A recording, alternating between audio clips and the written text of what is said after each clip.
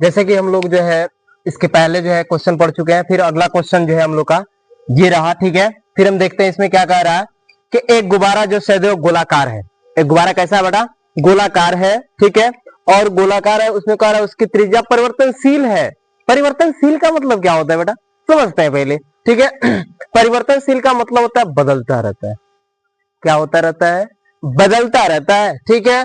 अब उसके कह रहा है परिवर्तनशील है त्रिज्या के सापेक्ष आयतन में परिवर्तन की दर। कहने का अर्थ यह है कि जब किसी गोले का त्रिज्या बढ़ेगा, त्रिज्या क्या होगा बेटा? बढ़ेगा, तो उसके आयतन जो है उसमें भी क्या होंगे? कोई ना कोई परिवर्तन होगा, या तो वो घटेगा, नहीं तो फिर क्या होगा? बढ़ेगा। तो वही पूछ रहा है परिवर्तन की दर क्या करिए? ज्ञात कीजिए, वो भी किसके सापेक्ष? तो वह भी आपका कह रहा है त्रिज्या के सापेक्ष, मतलब त्रिज्या के सापेक्ष उसका जो आयतन है उसमें क्या परिवर्तन आएगा वो हमें क्या करना है बाबू? ज्ञात करना है। जबकि उसकी त्रिज्या कितनी सेंटीमीटर दी गई है? 10 सेंटीमीटर। बहुत इजी क्वेश्चन है, और ये आईएमपी क्वेश्चन है। ये क्या बाबू? आईएमपी क्वेश्चन है, क्योंकि बोर्ड एग्जाम में कई बार पूछा गया क्वेश्चन ये भी है, ठीक है। चलिए इसको हल करते हैं। लिखेंगे हल, लिखेंगे हल में क्या लिखेंगे बाबू? माना। क्या लिखेंगे? माना। क्या लिखेंगे बाबू? माना गोला की त्रिज्या, माना गोला की या गोला नहीं बल्कि लिख सकते हैं गुब्बारा। क्या लिख सकते हैं? गुब्बारा। गुब्बारा गुब्बारा गुब्बारा की त्रिज्या, गुब्बारा की क्या लिख सकते हैं बाबू? त्रिज्या आर है। त्रिज्या क्या है बाबू? आर है, तथा त्रिज्या आर है तथा आयतन क्या लिखेंगे बाबू? आयतन भी है। आयतन क्या है? भी है, तब भी है तब आयतन बराबर क्या चीज बाबू? आयतन बराबर, आयतन बराबर क्या होता है आपका? 4/3 पाई आर क्यूब होता है, ठीक है। आयतन को किससे दर्शाते हैं? v से, तो v equal to 4/3 pi R क्या हो जाएगा बाबू?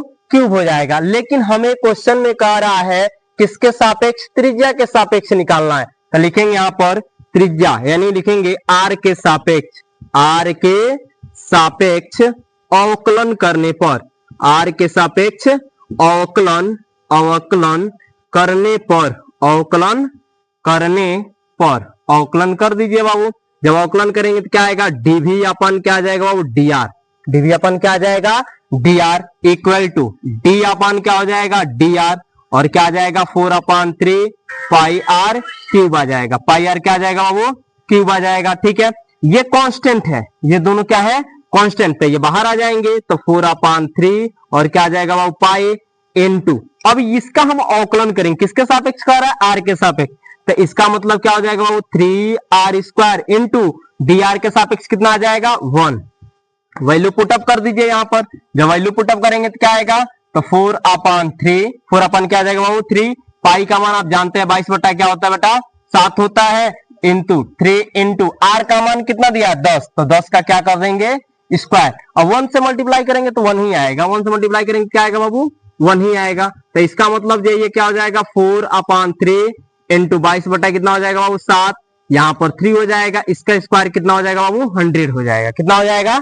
100। इस 3 से ये 3 क्या हो जाएगा बाबू? खत्म हो जाएगा, ठीक है। ये कितना हो जाएगा? इसका डिवाइड मल्टीप्लाई करेंगे तो 2200 को होता है 88, और 100 से मल्टीप्लाई करेंगे तो कितना आ जाएगा? 100 अपन क्या आ जाएगा? 7। क्या आ जाएगा बाबू? 7। इसे डिवाइड कर दीजिए तो 7 1 जा कितना होता है? 7। कितना बचा यहाँ पे बाबू? 1 बचा, 18 हो गया। 7 दूना कितना हो जाएगा? 14। कितना बचा? 4 40। 7 पंजे कितना होता है? 35। 50 हो गया। 7 से कितना होता है? 49। पॉइंट लग जाएगा, और कितना बच जाएगा? 1। तो यहाँ पर हो गया 7 एकम 7, ये आ जाएगा सेंटीमीटर क्यूब अपन क्या आ जाएगा?